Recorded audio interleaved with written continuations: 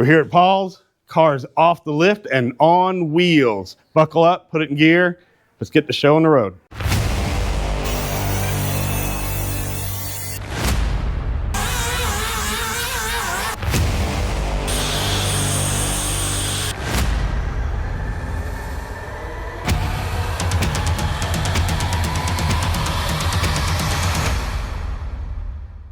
All right, here's Paul, the car. Look at this, guys. Suspension, wheels, and everything. Paul, how did it go this week? Whirlwind. It was awesome. Started off Monday, I guess it would have been. Yeah, Monday had some time in the evening. I installed the front struts and the TC rods. So I had front suspension basically, and then I tightened everything down and got everything in place, tie rod ends and all that. Throughout the week, did things like get other stuff ready, finished up this project, put in the steering rack, steering column, sorry. The steering column is in, all the switches have been lubricated. They feel like really, well, as nice as old Datsun switches can feel. And now it is all connected, all new steering coupler. Just feels great. It steers perfectly nice now. Like a brand new car, I'm sure. Pretty much, yeah. Everything's lubricated and just, it feels great. And I see lines, fuel lines, brake lines. Yep, yesterday, all day, literally. Myself, Fred, and Cliff worked on paint. I'd already cleaned them, but we painted the lines, installed brand new little separators. These are all 3D printed rubber. Beautiful job from Z-Car Depot. And those run all the way to the back. Every line is run to at least the end where it goes, if not even connected to a rubber line. Some of it's connected now. Lots of progress. And again, new fasteners on everything. Yeah, New all fasteners stainless. holding those down. New fasteners on top of the struts. Everything brand new. Also yesterday, the rear suspension, they're big heavy assemblies with the strut also mounted to them. So the three of us were able to hold those up, get them screwed in, put on, and I knew that the wheels were going to be gotten today, so I wanted everything I could possibly do to get the wheels ready. No brakes on the rear. The front calipers are there, but my main concentration was lug nuts. I wanted to be able to get the wheels on. And as you can tell, of course, the front is high because the engine's over here. That's what all the weight is. That'll lower that front. Yep. Differential's not in the rear end yet. And all the That'll lower it interior's down. heavier too. Once the interior's fully in, it'll weigh it down a little more. Yeah, so this is not final ride height, but just look at that. It's on its own wheels for the first time. And it rolls like butter, like really. It moves so easy. I mean, it weighs less than it will eventually, but. Oh, also, another thing we did during the week was I installed the gas tank. The gas tank is in, filler neck's installed. All I have left to do is hook up the vapor lines and feed lines and return. And fuel system is done all the way to the front. As you can see, guys, he's got the wheels from his original 77Z that he had sold to a guy, flooded, all that good stuff. But he got the wheels back. And what wheels is that guy putting on the red one? I don't think he knows yet. Okay. I don't think he's fully decided. He knew he didn't want these, and we went to Denham Springs today. His name is Ethan, and really nice guy. He's building my old red Z. His garage is cleaned out. He's starting to make room for this thing. Yeah. Gonna put it in the middle of the garage, jack Yeah. stands, and we're gonna just go off on it. Kind of the inspiration to start his, because he's had it for a while, right? He had it since 2013. It flooded in 2016, Right. and it's been sitting untouched 8 years? since then. Yeah. Yep. Wow. Since 2016, and now he has a new front cross member, a new tank, a new dash, all the seat interior parts ready to go. He's going to basically do a complete restoration of it. He even has a wiring harness in case the wiring is ruined. I think it's salvageable. I think the wires are fixable. If we unplug them, clean the connectors, oil them, and put it back together. Well, this one was flooded. Yeah. And you're using the same harness that was in it, Yeah, right? absolutely. That the harness was in it, and he just took it out and rolled it up. Yeah. And everything's Yeah, fine. one thing that surprised me, we talked about in one of the episodes, you showed the old seat that was actually in the car when it flooded. Yep. And honestly, that seat looked like it could be just cleaned up and used again. Right. If you look at the frame on it, it's a little rusty. Yeah. But there's nothing. It dried up. It dried out. The wheels were gold when you had them on the red.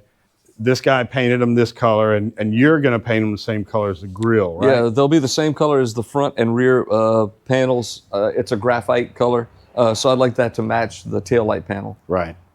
You did a lot of work to this car this week, suspension, front, rear. You had some help on some, you had some, you were alone on others. Somebody who's watching this who might be doing it to their car, can they do it on, let's say, jack stands or alone? Like how easy is that? Just ask Fred. He did. His car was on jack stands. Maybe it was on a lift. I don't know, but I know that he put his rear suspension in by himself using a car jack, and just you can balance it on there, just lift it up. Once you get it high enough to get the strut tower in, then it hangs. So the weight's off of it. At that point, you just swing it over and put the bottom clamps on it. So Right. yeah, you can.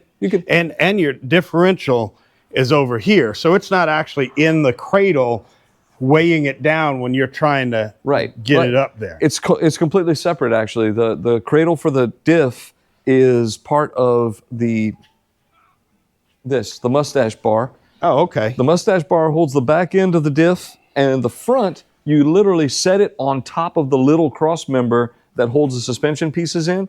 So the way it sits right now, there's literally a box that you would push the diff into and up, and then bolt it to the mustache bar. Then you can bolt it to the front mount. Okay. So it's easy enough to do one person jack stands. Jack stands with a jack, yeah, you could lift that up in place and maneuver it. Yeah. If you had it tied nicely, you don't want it falling on you. Right. Because you watch some of these YouTube shows, car shows on TV, and they're saying, oh, you could build this car in your own garage, but they've got $200,000 worth of tools in their, huge ass garage. Right. It's definitely the ability to do it by yourself is definitely there. It's a lot more fun to have drinking buddies and be able to have assistance and chat and whatnot. But by yourself, yeah. I mean, I did as much as I could because I was by myself on the snow days. I had so many hours to get out here and get things done. So between that and the Ferrari, I got a lot done on each. Yeah, guys, we kind of kidded in the last episode about 8 inches of snow here in South Louisiana. I didn't believe the meteorologist. I don't know if you believed him or not. No. I just thought it would get cold. I didn't believe it that morning. I walked out and said, well, that's not going to go anywhere. Yeah. I got 8 inches at my house. I live about 5 minutes from here. How much did you get here? We showed 11, but on a picnic table. I don't know how well, that might have been a lot of blown snow and whatnot. Right. It wasn't in the yard, but I'm saying between that, Yeah. it was incredible. God, that never happens around here. And it was 5 degrees when I woke up on Tuesday or Wednesday, one of those days. Yep, there was a little time that it was in the single digits. Yeah. No, So don't want it. No. So you guys that are watching this, it might be normal for some of you, and life goes on for you. But around here, nobody was on the roads. Nobody went to work. We were shut down for 3 days. Right. Yeah. And look at us now in T-shirts. Yeah. Oh, yeah. It's hot. 3 days later. It's ridiculous. Snow in fact, some of my neighbors still have a little bit of snow men, left because it was piled up. There's piles on the interstate. Yeah. Still snow, but we're all hot. He's in the T-shirt. I got short sleeves. South Louisiana. It's wild. I see you've got a pile of to-do stuff over here, right? That's it. This week is going to be trying to get all these last to-do panels painted. And I can install things like the cowl panel, the gas door, these. So I'm going to concentrate on prepping and getting all this ready to bring to my cousin's shop, and we'll shoot all this over there. Oh, and the deck lid. Oh, yeah, that's right. It's already primed. I noticed you had another set of these, but there's a painted set on the car. Are these in better shape? Or? They are much smoother. I realized, well, I got these later. I was going to fix those, but I got these, and they're so nice that if you look closely, this one's pretty good actually, not bad. But the other one has a little bit of a ripple in it. Oh, okay. That you may or may not be able to see in the camera because they're dull. But it was bad enough that I didn't really want to fix it if I have a good one. Right, right. Now, you guys see the Ferrari is now on the lift. We're not going to talk about the Ferrari too much in this series. It has its own series, but have you done much to it? Not a ton. I did preparation things like taking out the fender liners in the rear. Did the carburetor removal complete. I got all four of them off. I had to. We'll talk about it when we really get into it. But I made a special tool to take the carburetors off, and got the grills off of here, off the behind the headlights. I'm gonna get those painted soon. Things like that. Just little stuff getting ready while I'm waiting on parts to come in. But my main concern is Z. While I'm waiting on parts for this, leave it alone. What Ferrari? That's what I say. And going to try to concentrate hard on getting more and more put on this car, so I can continue. Yeah, guys. I mean, we told you if you like this car, you're going to absolutely love what was coming. And now that it's here, I hope you guys agree. This is just it's speechless, honestly. I do the same thing. I come in here and say, "Oh my God! Oh, I forgot that was here." It's just a beautiful piece of art. As far as cars go, it's a beautifully designed car, and it's going to be a pleasure, I think, to own. And you know, you guys, most of you are probably watching it for the Z, of course. Just because Paul has a Ferrari, he's got the Rolls over here. He's got other stuff. I mean, his collection is very eclectic, but do not get it wrong. Paul is a Datsun guy at heart. You have no idea. We can't explain to you. From 15, well, from birth, really. Yeah, you came home in a 510. But as far as an owner, since I was 15 years old, I got that 510 and just realized for the price of these cars and what they cost and their simplicity, they're such great cars. They're iconic. I mean, a car with a little simple suspension setup like this one has, you'll see in the photos or the videos that we post as I'm installing it. It's just a shock and a bar. You know, not a double A-arm, but it handles very well. It's a simple car, wasn't expensive in the first place, and not that expensive to build now. Right. I do remember that about your 77 when I did get to drive it the few times I did.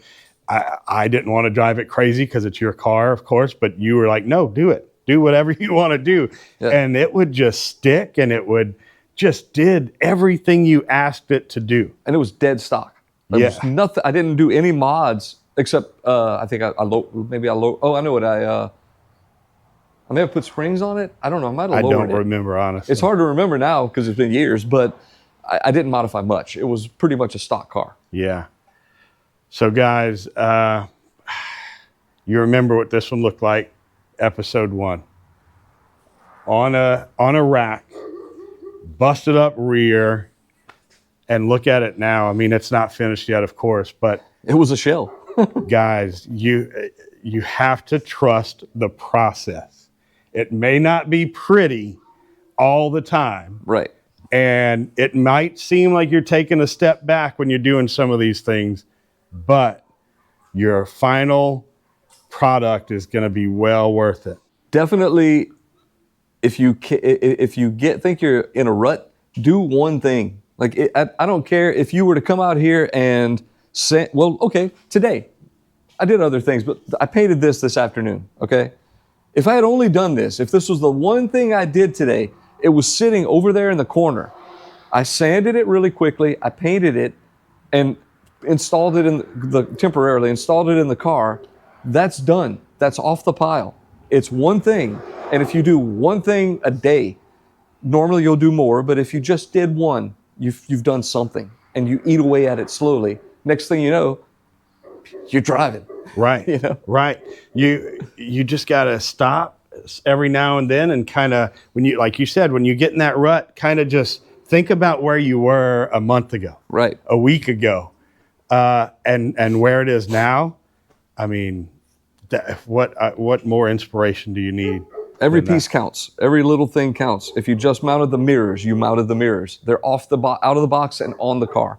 So keep at it, and eventually you'll be done. Speaking of that, guys, look all the room in here now. Yeah, it gets more and more. I've consolidated more parts this week. I know it still looks like a mess, but I've been pulling new parts out actually. The wheel cylinders are ready to go in. I took those out of the boxes. So I'm getting into these new part boxes, which is real exciting. I've got stuff like, all the new radiator hoses, Pertronics, a new fan, a new cooling fan, all kinds of new stuff that'll start to get thrown on the car as we progress. Right. I don't know how much you can tell on the video, guys, but episode 1, here's our table line here. Yeah. Episode 1, that table was way over here. Yeah. And all of this was parked. So it's really opened up the garage again now that all the parts are going from the pile to the car. Now, speaking of the engine, we see it still over there. We talked about it one of the last episodes. When do you think you're going to start getting that ready? When I can sit in this car and turn on the lights and everything is completely done on the body, when it has hydraulics, when, the brakes and clutch, well, the clutch won't work, but when the brakes work and all the fuel system is ready to go, that's when I'll clean and paint the engine, clean the transmission, reseal all that, and install it. I want to put the engine in and go. Like, that's the last thing to do. Right. And you've mentioned that before in the past. Breaking it down into segments helps not only prioritize, but it kind of helps mentally as well when you look at it. Oh, utterly overwhelming. And sometimes it still is to me. I'm thinking things like, oh my God, I'm building an entire car from scratch. Yes. And I'll just, but the way I normally do it is break it down into what are we going to do this week and get those things done evenings after work. I'm not talking about a day job kind of thing. When I get home from work, I'll come out here and at least do front suspension, let's say. So, and you break it down. Yeah. It's it's making me just as speechless as the Ferrari is doing. It's turning into a beautiful piece of machinery. I'm every bit as excited at this build as I am of that car, because this has been a redemption car from selling my old one. It's a car that obviously I loved and got rid of and have again. This is something, it's a different level, but it's the same kind of excitement. All right, guys. Well, that's our visit this week. A lot of work done on the car. It's really nice to walk in and not see it up on the lift. It's just moving and moving and moving. So until next time, whatever it is, if it's a Rolls or a Figaro, just get out there and drive it.